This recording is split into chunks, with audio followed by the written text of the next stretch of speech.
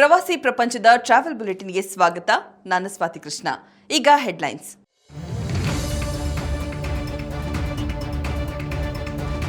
ಹೆಚ್ಚಿದ ವರ್ಣನ ಆರ್ಭಟ, ಗಡಾಯಿಕಲ್ಲು ಚಾರಣ ಪ್ರದೇಶಕ್ಕೆ ನಿಷೇಧಾಜ್ಞೆ. ಸಿಲಿಕಾನ್ ಸಿಟಿಯಿಂದ ಹೆಚ್ಚಲಿದೆ ರೈಲ್ವೆ ಕನೆಕ್ಟಿವಿಟಿ, ಚತುಷ್ಪಥ ಟ್ರ್ಯಾಕ್ ನಿರ್ಮಾಣಕ್ಕೆ ಹಸಿರು ನಿಶಾನೆ. ಟೋಲ್ ತಪ್ಪಿಸಿ ಹೈವೇ ಬಳಸುವ ಮಾರ್ಗಗಳು ಬಂದ್, ಮೈಸೂರು ಬೆಂಗಳೂರು ಎಕ್ಸ್‌ಪ್ರೆಸ್ ವೇಯಲ್ಲಿ ಹದ್ದಿನ ಕಣ್ಣು. ಆಂಧ್ರ ಪ್ರವಾಸೋದ್ಯಮಕ್ಕೆ ಎಐ ಬೂಸ್ಟ್, ನೀವು ಎಐ ಮುಖಾಂತರ ಟೂರಿಸಂಗೆ ಬಲ. ಕರ್ನಾಟಕದ ದಕ್ಷಿಣ ಕನ್ನಡ ಜಿಲ್ಲೆಯಲ್ಲಿ ನಿರಂತರವಾಗಿ ಸುರಿಯುತ್ತಿರುವ ಭಾರೀ ಮಳೆಯ ಹಿನ್ನೆಲೆಯಲ್ಲಿ ಬೆಳ್ತಂಗಡಿ ತಾಲೂಕಿನ ನಡಗ್ರಾಮದ ಪ್ರಸಿದ್ಧ ಗಡಾಯಿಕಲ್ಲು ಚಾರಣವನ್ನು ನಿಷೇಧಿಸಲಾಗಿದೆ. ಜುಲೈ 8ರಿಂದ ಮುಂದಿನ ಆದೇಶದವರೆಗೆ ನಿಷೇಧಿಸಲಾಗಿದೆ ಎಂದು ಜಿಲ್ಲಾಡಳಿತ ತಿಳಿಸಿದೆ. ಈ ಕುರಿತು ಬೆಳ್ತಂಗಡಿ ವಲಯ ವನ್ಯಜೀವಿ ವಿಭಾಗದ ಅಧಿಕಾರಿಗಳು ಪ್ರಕಟಣೆಯನ್ನು ಹೊರಡಿಸಿದ್ದಾರೆ. ನಿರಂತರ ಮಳೆಯಿಂದಾಗಿ ಚಾರಣ ಮಾರ್ಗಗಳು ಜಾರುವಂತಾಗಿರುವುದು ಹಾಗೂ ಗುಡ್ಡ ಪ್ರದೇಶದಲ್ಲಿ ಭೂಕುಸಿತ ಸೇರಿದಂತೆ ಅಪಾಯ ಸಂಭವಿಸುವ ಸಾಧ್ಯತೆ ಇದೆ. ಹೀಗಾಗಿ ಮುನ್ನೆಚ್ಚರಿಕಾ ಕ್ರಮವಾಗಿ ಈ ನಿರ್ಧಾರವನ್ನು ಕೈಗೊಳ್ಳಲಾಗಿದೆ ಎಂದು ಅಧಿಕಾರಿಗಳು ತಿಳಿಸಿದ್ದಾರೆ. ಬೆಂಗಳೂರಿನಿಂದ 100 ಕಿಲೋಮೀಟರ್ ವ್ಯಾಪ್ತಿಯ ನಗರಗಳಿಗೆ ರೈಲ್ವೆ ಇಲಾಖೆ ಗುಡ್ ನ್ಯೂಸ್ ನೀಡಿದೆ.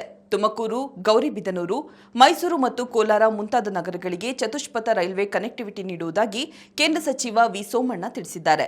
ದಿನನಿತ್ಯ ಸಾವಿರಾರು ಪ್ರಯಾಣಿಕರು ಈ ನಗರಗಳಿಂದ ಬೆಂಗಳೂರಿಗೆ ಆಗಮಿಸುತ್ತಿದ್ದಾರೆ.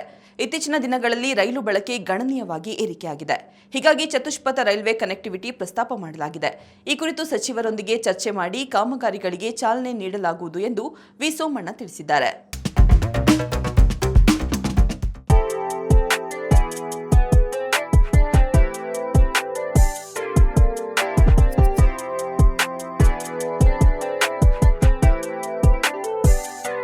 ಪ್ರಾಚೀನ ವಿಶ್ವದ ಜ್ಞಾನದ ಕೇಂದ್ರವಾಗಿದ್ದ ಅಲೆಕ್ಸಾಂಡ್ರಿಯಾ ಗ್ರಂಥಾಲಯದಲ್ಲಿ ವಿಜ್ಞಾನ, ಸಾಹಿತ್ಯ ಮತ್ತು ತತ್ವಶಾಸ್ತ್ರದ ಬಹುತೇಕ ಎಲ್ಲಾ ಪ್ರತಿಗಳು ಲಭ್ಯವಿದ್ದವು. ಈ ಗ್ರಂಥಾಲಯದ ಪುಸ್ತಕ ಸಂಗ್ರಹದ ಹಸಿವು ಎಷ್ಟಿತ್ತೆಂದರೆ ಅಲೆಕ್ಸಾಂಡ್ರಿಯಾ ಬಂದರಿಗೆ ಬರುತ್ತಿದ್ದ ಪ್ರತಿಯೊಂದು ಹಡಗನ್ನ ತಪಾಸಣೆ ಮಾಡಲಾಗ್ತಾ ಇತ್ತು. ಹಡಗಿನಲ್ಲಿ ಯಾವುದಾದರೂ ಹೊಸ ಪುಸ್ತಕ ಅಥವಾ ಹಸ್ತಪ್ರತಿ ಸಿಕ್ಕರೆ ಅದನ್ನ ಕಿತ್ತುಕೊಂಡು ಗ್ರಂಥಾಲಯಕ್ಕೆ ತರಲಾಗ್ತಾ ಇತ್ತು. ಅದರ ನಕಲು ಪ್ರತಿಯನ್ನ ಬರೆದು ಮೂಲ ಮಾಲೀಕರಿಗೆ ನೀಡಿ ಅಸಲಿ ಪ್ರತಿಯನ್ನ ಗ್ರಂಥಾಲಯದಲ್ಲೇ ಇಟ್ಟುಕೊಳ್ಳಲಾಗ್ತಿತ್ತು. ಈ ಭವ್ಯ ಗ್ರಂಥಾಲಯವು ಹೇಗೆ ನಾಶವಾಯಿತು ಎಂಬುದು ಇಂದಿಗೂ ಇತಿಹಾಸದ ದೊಡ್ಡ ನಿಗೂಢಗಳಲ್ಲಿ ಒಂದು. ಜೂಲಿಯಸ್ ಸೀಸರ್ ನಡೆಸಿದ ಯುದ್ಧದ ಸಮಯದಲ್ಲಿ ಬೆಂಕಿ ತಗುಲಿ ನಾಶವಾಯಿತು ಎಂದು ಕೆಲವರು ಹೇಳಿದರೆ, ಕಾಲಕ್ರಮೇಣ ನಡೆದ ದಾಳಿಗಳು ಮತ್ತು ಧಾರ್ಮಿಕ ಸಂಘರ್ಷಗಳಿಂದ ಇದು ಮರೆಯಾಯಿತು ಎಂದು ಇತಿಹಾಸಕಾರರು ನಂಬುತ್ತಾರೆ. ಈ ಗ್ರಂಥಾಲಯದ ನಾಶದಿಂದಾಗಿ ಮಾನವ ಕುಲದ ಸಾವಿರಾರು ವರ್ಷಗಳ ಅಮೂಲ್ಯ ಜ್ಞಾನ ಶಾಶ್ವತವಾಗಿ ಕಳೆದುಹೋಯಿತು. ಅಲೆಕ್ಸಾಂಡ್ರಿಯಾ ಯಾವ ದೇಶದಲ್ಲಿದೆ? ಮೈಸೂರು ಬೆಂಗಳೂರು ಎಕ್ಸ್‌ಪ್ರೆಸ್ ಹೈವೇ ಕುರಿತು ಸಾರ್ವಜನಿಕರು ಅಸಮಾಧಾನವನ್ನು ಹೊರಹಾಕಿದ್ದಾರೆ. ಈವರೆಗೆ ಬಿಡದಿಯ ಬಳಿ ಇರುವ ಟೋಲ್ ತಪ್ಪಿಸಿ ರಾಮನಗರ ಬಳಿ ಎಕ್ಸ್‌ಪ್ರೆಸ್ ಹೈವೇ ಒಳಗೆ ಹೋಗಬಹುದಿತ್ತು. ಆದರೆ ಈಗ ರಾಮನಗರ, ಚನ್ನಪಟ್ಟಣ ಮತ್ತು ಮದ್ದೂರು ಬಳಿ ಇದ್ದ ಎಕ್ಸ್‌ಪ್ರೆಸ್ ಹೈವೇ ಎಂಟ್ರಿಗಳನ್ನು ಮುಚ್ಚಲಾಗಿದೆ. ಎನ್ಎಚ್ಎಐ ಈ ನಿರ್ಧಾರಕ್ಕೆ ಸಾರ್ವಜನಿಕರು ತೀವ್ರ ವಿರೋಧವನ್ನು ವ್ಯಕ್ತಪಡಿಸಿದ್ದಾರೆ. ಈ ಕುರಿತು ಪ್ರತಿಕ್ರಿಯಿಸಿರುವ ಹೈವೇ ಅಥಾರಿಟಿ, ಸಾರ್ವಜನಿಕರು ಟೋಲ್ ತಪ್ಪಿಸಿ ಹೈವೇ ಬಳಸುತ್ತಿರುವುದು ನಷ್ಟವನ್ನು ಉಂಟು ಮಾಡ್ತಾ ಇದೆ. ಹೀಗಾಗಿ ಎಲ್ಲಾ ವಾಹನಗಳು ಎಕ್ಸ್‌ಪ್ರೆಸ್ ಹೈವೇ ಬಳಸಬೇಕಾದಲ್ಲಿ ಕಡ್ಡಾಯವಾಗಿ ಟೋಲ್ ಮೂಲಕವೇ ಹಾದು ಹೋಗಬೇಕು ಎಂದು ತಿಳಿಸಿದೆ. ಪ್ರವಾಸೋದ್ಯಮದಲ್ಲಿ ಒಂದು ಹೊಸ ಹೆಜ್ಜೆಯಾಗಿ ಆಂಧ್ರಪ್ರದೇಶ ಭಾರತದ ಮೊದಲ ಎಐ ಚಾಲಿತ ರಾಜ್ಯವಾಗಲು ಸಜ್ಜಾಗಿದೆ. 3 ವರ್ಷಗಳ ಒಪ್ಪಂದದ ನಂತರ ನೀವು ಎಐ ಪ್ಲಾಟ್ಫಾರ್ಮ್ ಅನ್ನು ರಾಜ್ಯಾದ್ಯಂತ ವಿಸ್ತರಿಸಲಾಗುವುದು ಎಂದು ಸರ್ಕಾರ ತಿಳಿಸಿದೆ. ಈ ಮೂಲಕ 100ಕ್ಕೂ ಹೆಚ್ಚು ತಾಣಗಳಲ್ಲಿ ಪ್ರವಾಸಿಗರ ಅನುಭವಗಳನ್ನು ಉನ್ನತೀಕರಿಸಲಾಗುವುದು ಎಂದು ಆಂಧ್ರ ಪ್ರವಾಸೋದ್ಯಮ ಸಚಿವಾಲಯ ತಿಳಿಸಿದೆ.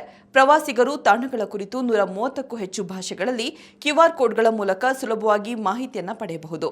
ಮುಂದಿನ 3 ವರ್ಷಗಳಲ್ಲಿ ರಾಜ್ಯಾದ್ಯಂತ ನೀವು ಎಐ ಉಚಿತ ಸೇವೆಯನ್ನು ಸಂಪೂರ್ಣವಾಗಿ ಜಾರಿಗೆ ತರುವುದಾಗಿ ಮುಖ್ಯಮಂತ್ರಿ ಚಂದ್ರಬಾಬು ನಾಯ್ಡು ತಿಳಿಸಿದ್ದಾರೆ. ಈಗ ಕ್ವಿಜ್ ಟೈಮ್. ಇಂದಿನ ಪ್ರಶ್ನೆ, ಹಿಂದೂಸ್ತಾನ್ ಏರೋನಾಟಿಕ್ಸ್ ಲಿಮಿಟೆಡ್ ಯಾವ ವರ್ಷದಲ್ಲಿ ಸ್ಥಾಪನೆಯಾಯಿತು?